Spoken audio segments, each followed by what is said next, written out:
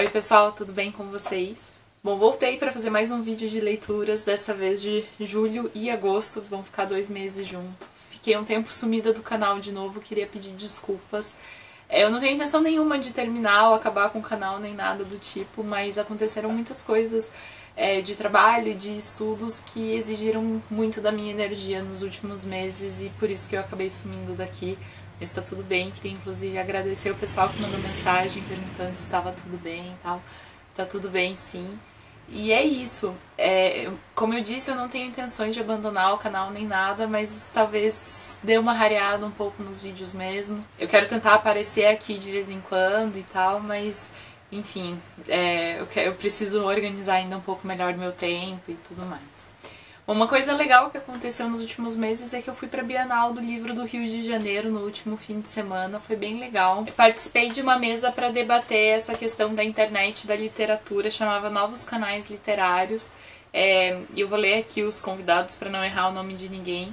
Era o Pedro Gabriel, que é o autor do Eu Me Chamo Antônio, o Daniel Pinsky, ele é editor da editora Contexto, e também tem uma plataforma de publicação de livros digitais e tal, que é bem interessante, chamada Labrador.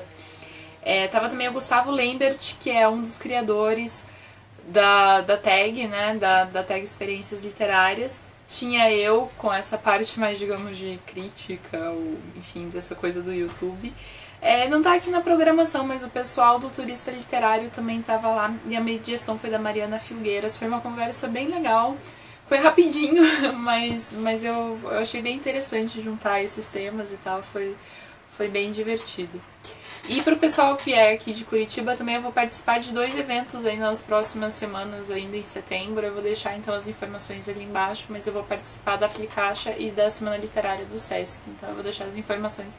Caso você possa dar um oi e aparecer, vai ser legal. Dito toda essa introdução gigantesca, vamos para as leituras de agosto. De julho e agosto, né? Eu acabei juntando, eu achei que ia ser mais fácil fazer num vídeo só. Eu ainda não sei direito o que eu vou fazer vídeo, não sei muito bem, então eu vou comentar mais um pouco sobre elas aqui mesmo. Eu comecei julho lendo Palácio da Memória, que é um livro que saiu pela Todavia. O nome do autor é Nate de Meu, eu acho que é isso. Eu vou tentar deixar a capa aqui em algum lugar. É um livro muito, muito legal. Eu fiz uma matéria sobre ele, se tiver disponível online eu vou deixar o link ali embaixo. Mas esse cara tem um podcast chamado Palácio da Memória, né, em inglês. E ele recupera histórias de pessoas comuns, historinhas pequenas, historinhas singelas. Então ele é uma espécie de jornalista barra escritor e tal, então ele, historiador também um pouco, né, ele acaba pesquisando muitos documentos históricos e ele então, assim, ele não só pesquisa essas historinhas fofas, assim, mas ele também tem todo um jeito de narrar e de construir e tal, que é muito interessante. É um livro muito, muito legal, eu indico, eu gostei bastante de ter lido. É um livro gostoso, assim, pra você ler de vez em quando, sabe? Não é esses livros pra pegar, assim, e ler no galeto, mas pra aproveitar ele, assim. Então, eu indico bastante, eu achei bem, bem legal. Depois disso, eu li O Ano do Pensamento Mágico, da Joan Didion. Esse livro foi um presente e foi um livro bem interessante. Ela vai falar aqui sobre o processo de luto dela depois que ela perdeu o marido. Ela foi casada por muito tempo com ele e ele tem um ataque e morre no chão da casa mesmo, nem dá tempo de fazer muita coisa e tal. E o que eu achei mais interessante é essa coisa de... Ela é escritora, ela já escrevia antes, né? Ela escrevia tanto ficção como não ficção. E a maneira dela de lidar com esse momento de luto e tal é justamente ler e escrever sobre isso, né? E é essa experiência que ela vai narrar.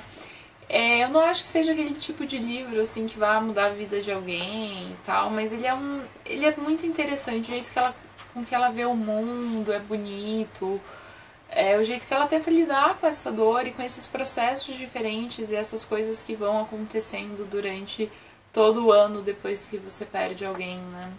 Também é um livro que eu recomendo. Bom, depois disso eu li o Múltipla Escolha, do Alejandro Zambra. É um livro que eu recebi do pessoal da Tusquets, que é a editora.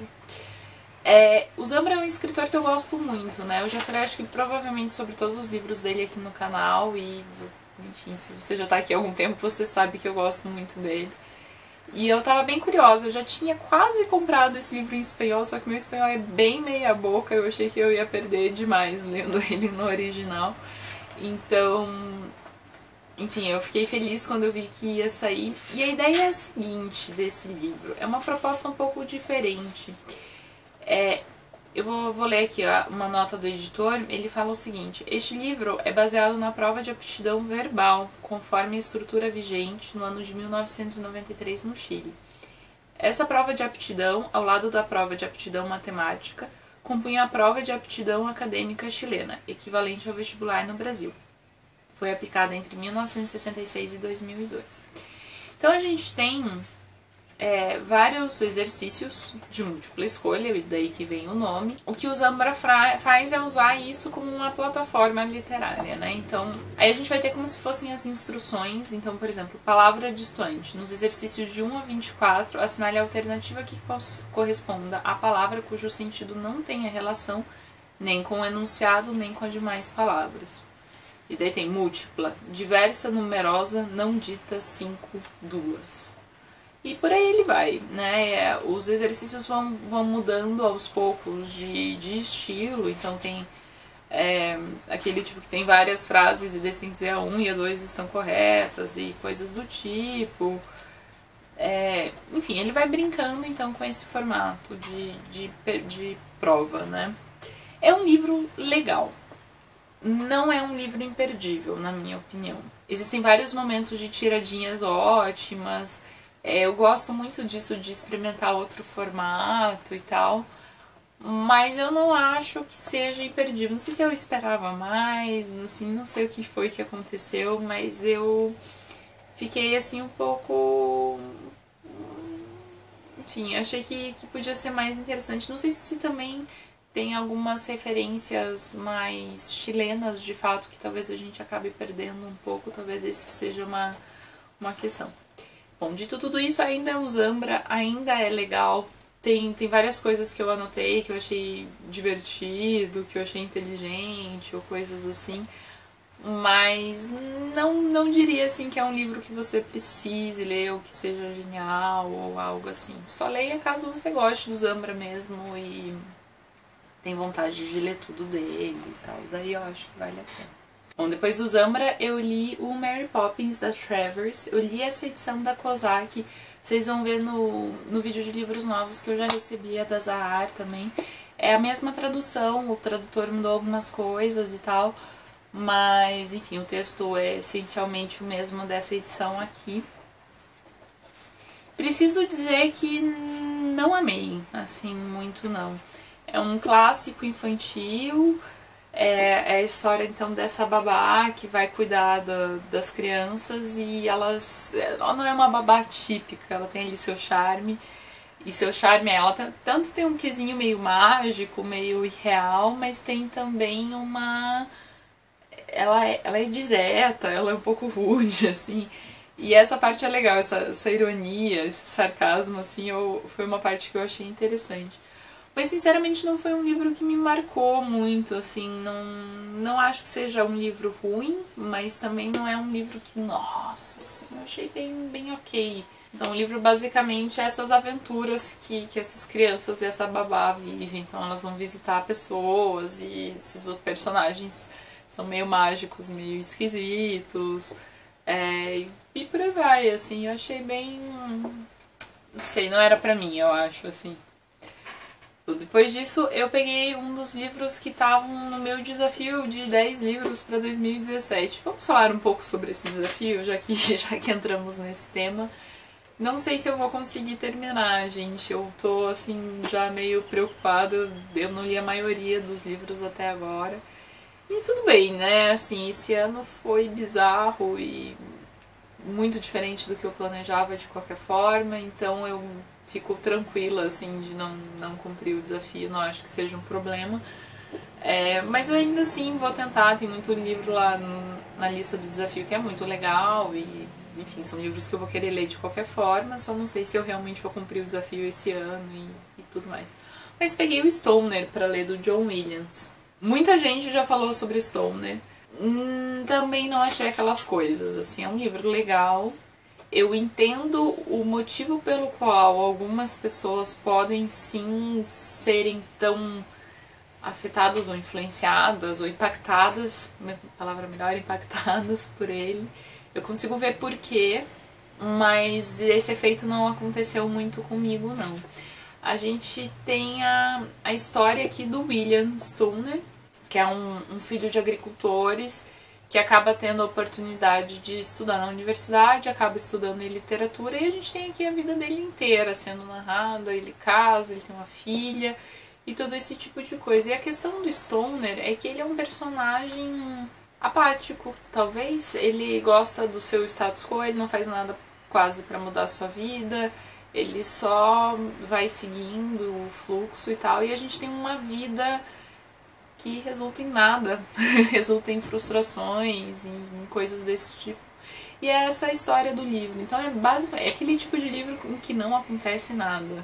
E eu acho que o poder que ele pode ter sobre algumas pessoas é causar esse impacto de fazer você refletir na sua própria vida e nas suas próprias escolhas e tudo mais. Não aconteceu muito comigo. Eu com certeza não vou gravar vídeo pra ele, eu acho que já tem vídeo demais sobre ele aí no YouTube e tal, então caso alguém queira dar uma olhada, é só pesquisar. Então não é que eu não gostei, mas também não é que eu gostei, enfim, ficou assim ali no meio. Não é um livro ruim, mas tá aí. Bom, o que mais? Depois eu li esse livrinho não porque é ruim, mas livrinho porque é pequeno mesmo, que é O Que Dizem os Abraços e Outras Crônicas, do José Luiz Peixoto. O José Luiz Peixoto esteve em Curitiba e o pessoal da Arte e Letra da Escola de Escrita lançaram então esse livrinho com crônicas dele. Existe uma crônica sobre Curitiba, de uma outra vez que ele veio para a cidade. Tem um que chama Conta Lá a História das Bibliotecas Itinerantes, A Maior Herança e O Que Dizem os Abraços. O Que Dizem os Abraços, ele fala um pouco sobre a relação com o pai dele, últimos abraços e tal. É um livro fofo, assim, né?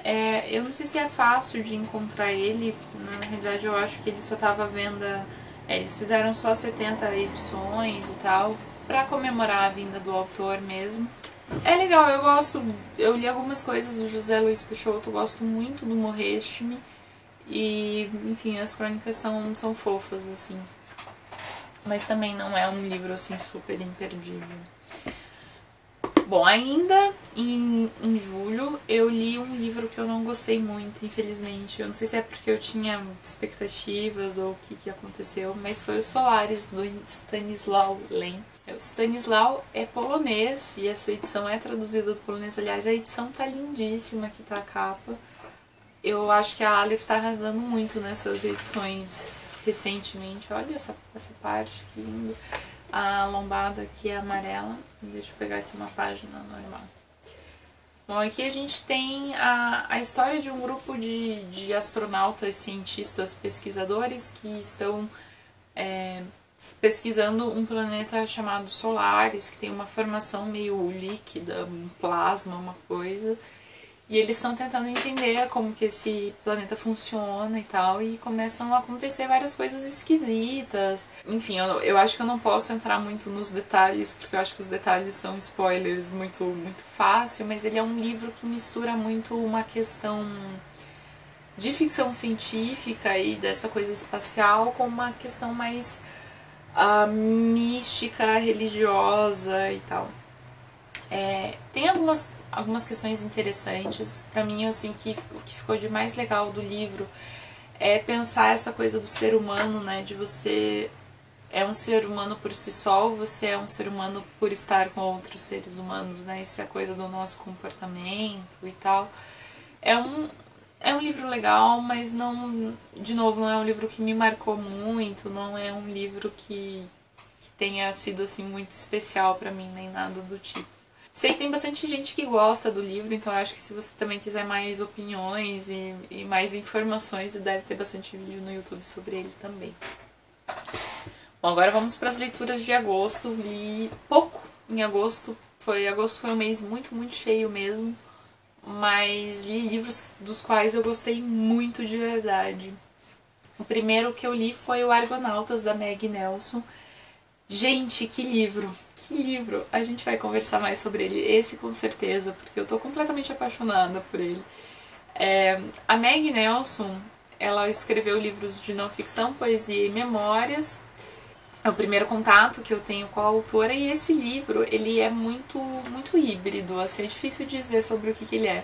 Mas ele é uma mistura de ensaio, e ela tem muitas referências, ela tem muita leitura, ela traz muitas coisas de pesquisa mesmo, assim, com autobiografia, com um livro de memórias. Então ela vai investigar basicamente a relação dela com outras pessoas, o relacionamento no qual ela está, a pessoa com quem ela está se relacionando, a gravidez e todo esse tipo de coisa.